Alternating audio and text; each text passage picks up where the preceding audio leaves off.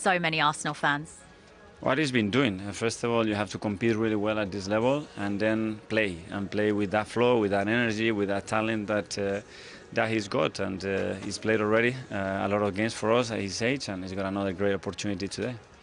A third Premier League start as well for Gabriel Jesus, with Saka out injured for a couple of months. Can that responsibility on Jesus's shoulders potentially get the best out of him?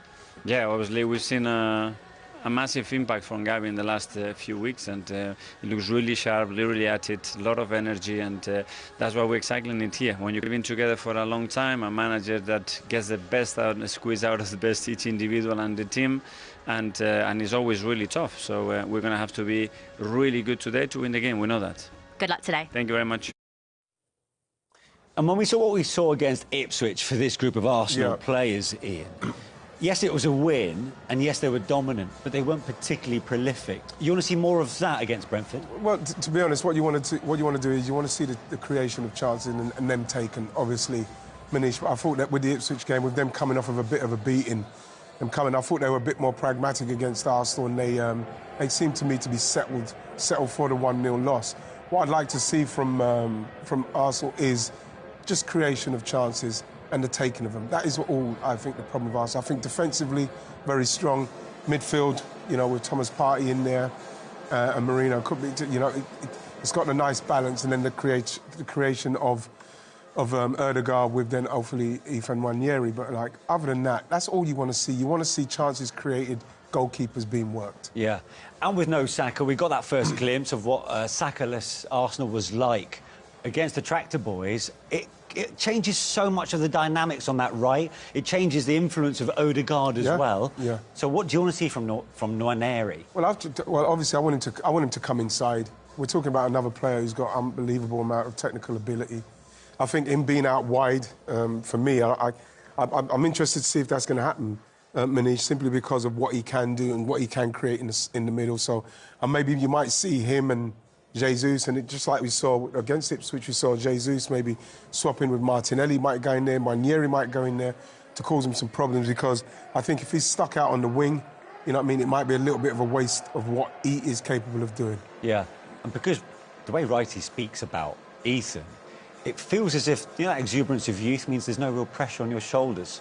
Does that help when you're that young? Definitely, yeah. I think some people feel a lot of pressure, but I think when you're talented like he is, I think he'll go out and he'll just think this is a great opportunity to show his stuff. He won't think of repercussions or what happens if we lose or we're in the title race.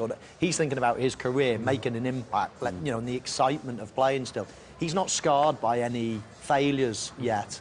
That happens to all of us towards the end of our career. But at the moment, he's just trying to make a name for himself in the game. So what a great opportunity for him in a really important game. I mean, this is a tough place to go, but Arsenal got a really good away record.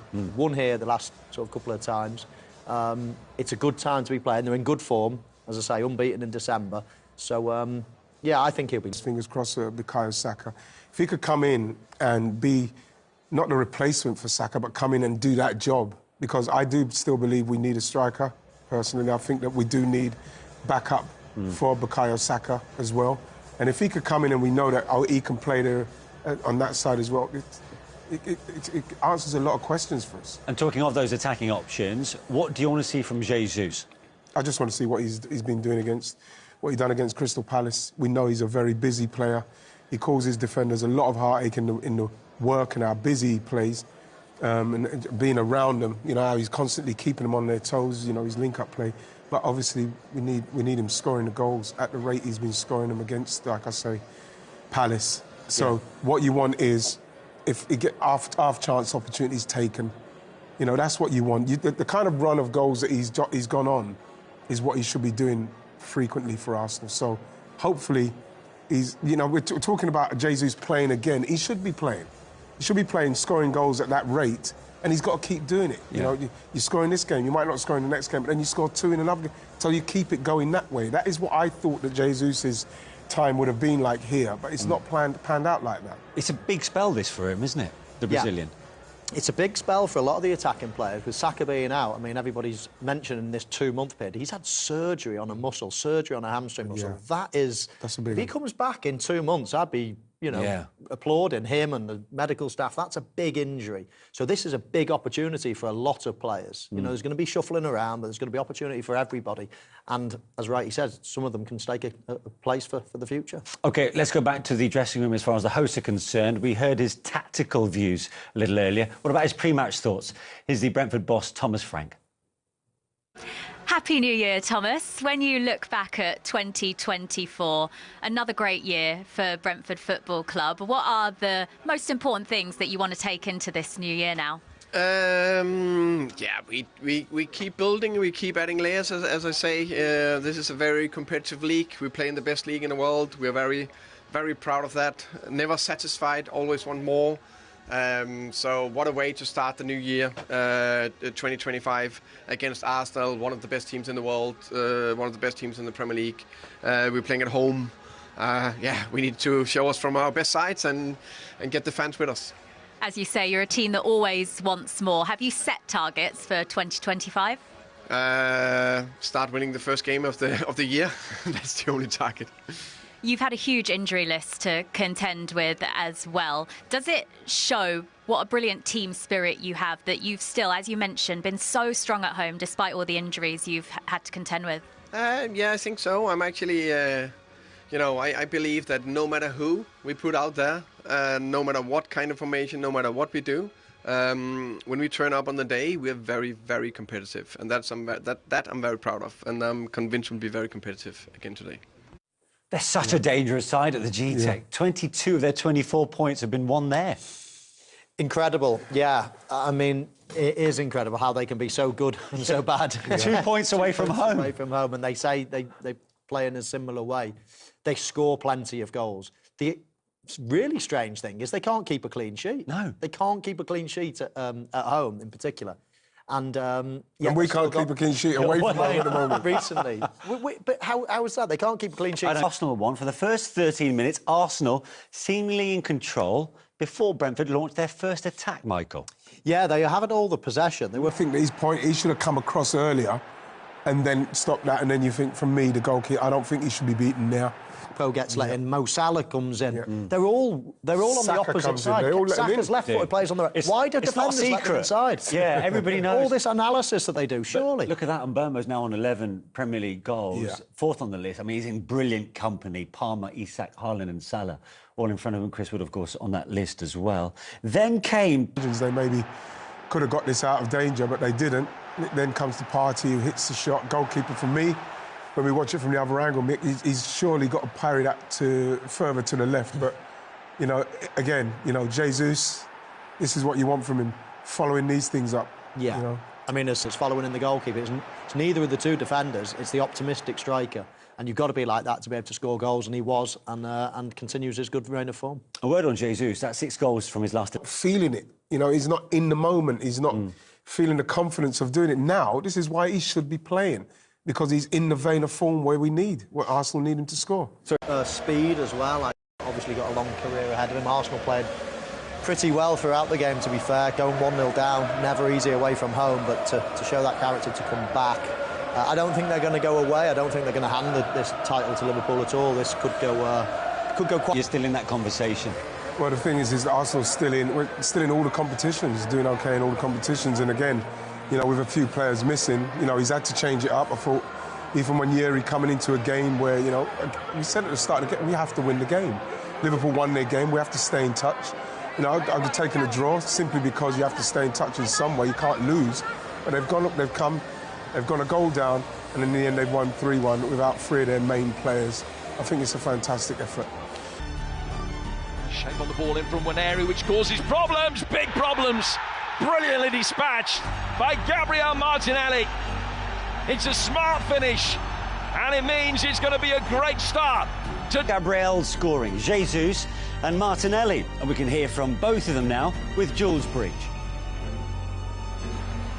Yeah, guys, congratulations on the win, on turning this game around. I want to know what the message was from Mikel Arteta at half-time, because it was such an electric start to that second half. Yeah, I think the team did great today, to come here and they played the way we played is amazing, not just because of the result. Of course, the most important thing is the 3 points, and we did it. But the most important thing, I think, was the way we react, you know, to come back here against a tough opponent is always difficult, and we did it.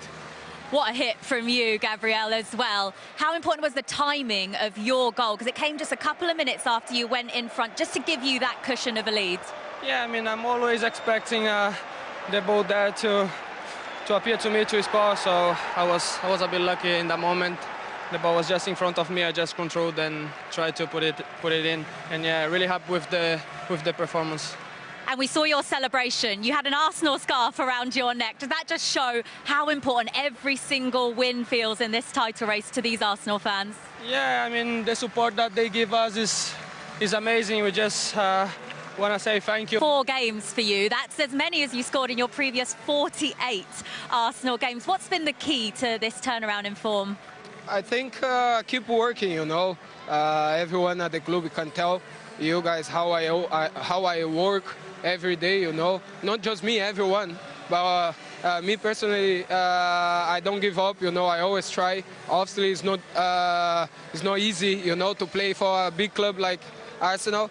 But like I said, I was playing good when I had the chance, but I was scoring, you know. But now I think I can score, and then I could score, and then yeah, I'm very happy, and I want to keep scoring to help the team. You've only got half a shirt left, so I'm glad you've got your jacket on. What happened there? Yeah, that's it. That's Premier League, you know. I don't want to talk about like fouls and stuff, but as you can see, you know, and then the ref give a foul. You know, I made a foul. How is possible? But it's okay. He'll be there always to try to fight for the ball and then fight for this huge club. Without Saka in this team, is there a feeling amongst all of you attackers that you all need to chip in and raise your game as you try and replace his goals and creativity?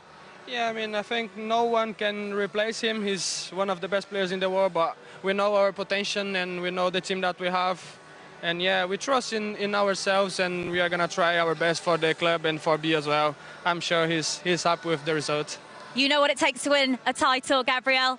Do this team have what it takes? Yeah, for sure, you know, the previous 2 years was amazing, you know. Obviously, we didn't win the league, but we was there fighting. And then to play in this competition is already hard. Imagine to fight for the title, you know. Like you say, I have been there.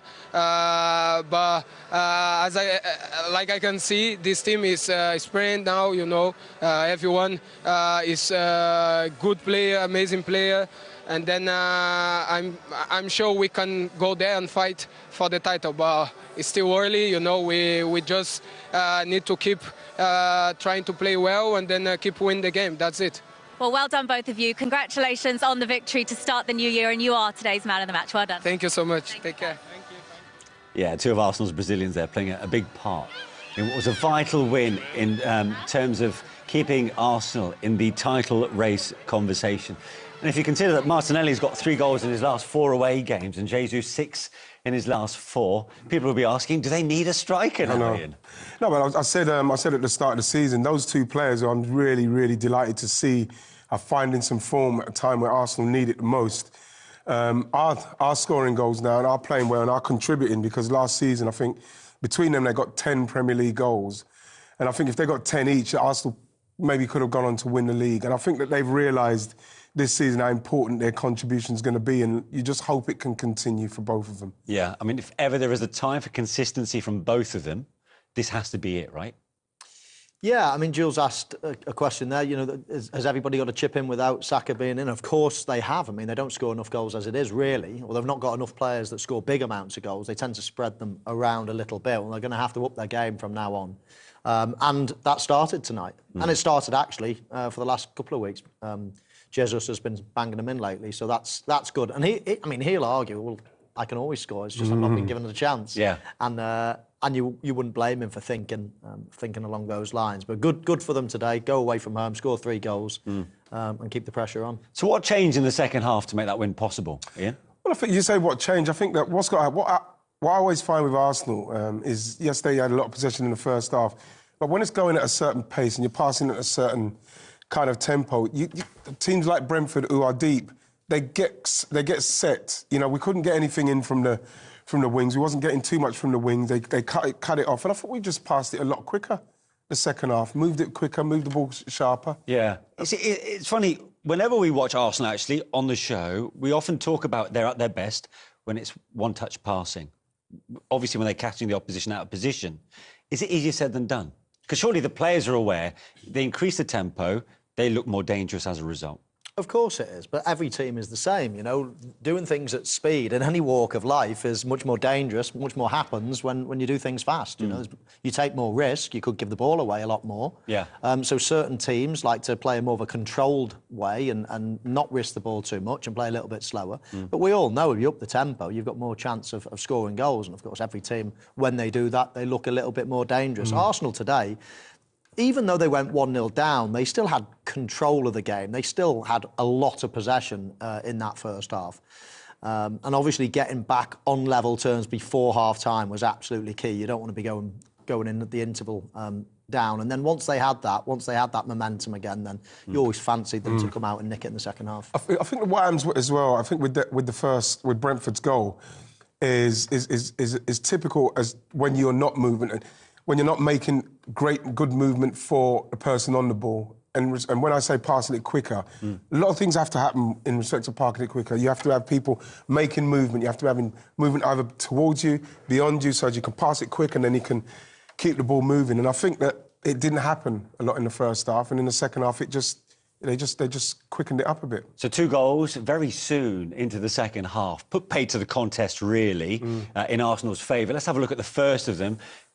Unsurprisingly, from a set piece, Ian. Yeah, it was a good ball in. You know, I think the goalkeeper's area where you're going to course, but that's perfect. Yeah. You know what I mean? I couldn't do that. Were you any good at them, Michael? Nope. Nor would I want to be. I want to be in the box tapping from a You want to be on the end of them. Yeah, that's where I want. I want to be where Marino is. Isn't it incredible though? You think that, but I mean, Gareth Southgate with England used to put Harry Kane used to take them for a period of time. You think he's our best player? He's 6'4". Was it? I'm sure that was Gary Neville and Roy. Yeah. Was it? I'm sure, yeah. When we couldn't believe what was going on. That's when Iceland beat us, remember? It was, yeah. Bit of a nadir, shall we say. But that's brilliant. Wanyeri. Again, we're talking about a player who's coming into his debut and the responsibility of him taking a corner and putting it into an area. We know how dangerous Arsenal are at corners.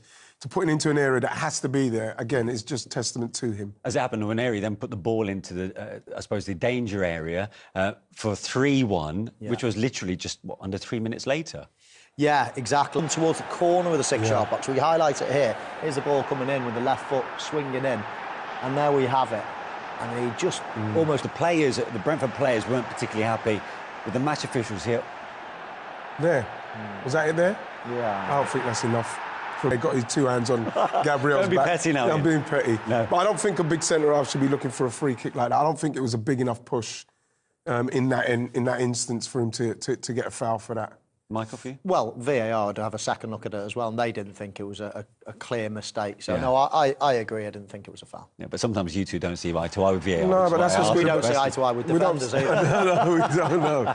But at the same time, no, if there's something to disagree with... Of course, well, defenders put their arms on strikers. You've got to accept that football is a contact sport. There will be little parts like that. But the fact the second half started in that way, from a Brentford perspective, conceding 2 goals in 3 minutes so early on, how much did that put the kind of, the wind out of their sails, so to speak? Well, it's a disaster, isn't it? Yeah. I mean, when Arsenal go 2 ahead, you're probably not going to get back into it, are you? And they're such a good side. So, yeah, all that team talk that we had a little bit of footage of at half-time and the rousing team talk that Thomas Frank gives his team, but all of a sudden, within 3 or 4 minutes, it's all out the window and, you're chasing a game and then you're probably making even more mistakes. So, yeah, that can happen in football, especially against a team as good as Arsenal. I think, as well, Mick, I think what Mikel would have probably have said to the Arsenal side was 2 more goals and finish the game. All right, let's get the post-match thoughts of the Arsenal head coach. Here's Mikel Arteta. This is a difficult and we had to manage that situation emotionally. They create those moments. They are really good at that. They are really good at frustrating you.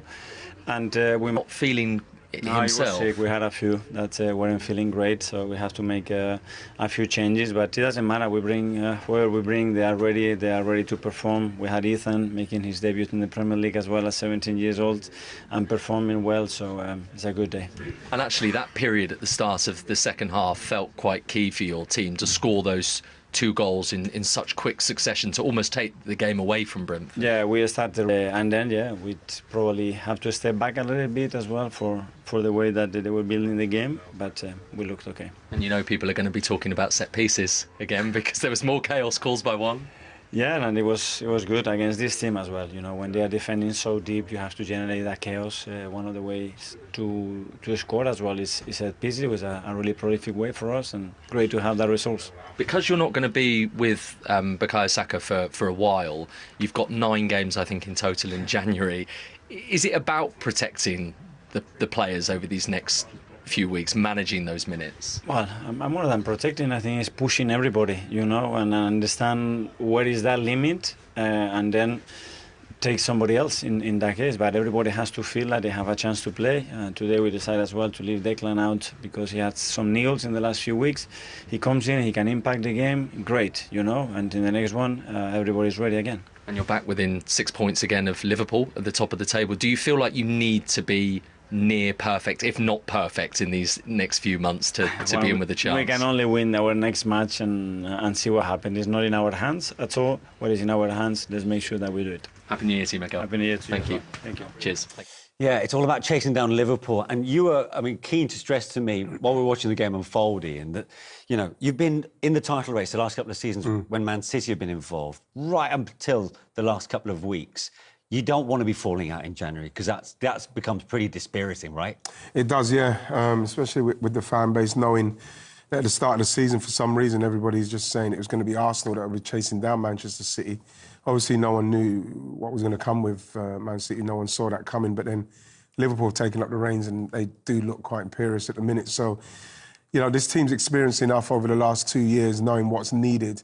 And I think that going into this game against the Brentford side, missing those players, Havertz and Rice and Saka, and going a goal down and still coming out on top, says that mentally they're a lot stronger and more up for the fight in respect of knowing what they have to do. Because I think 3 points today with Liverpool doing what they've done against West Ham and doing it so comfortably. Yeah, and that's the most important thing, right? Doing it so comfortably. Yeah, there was an element of comfort in the victory in the end, not like the Ipswich game, where it was a functional, resolute performance, but not the most convincing.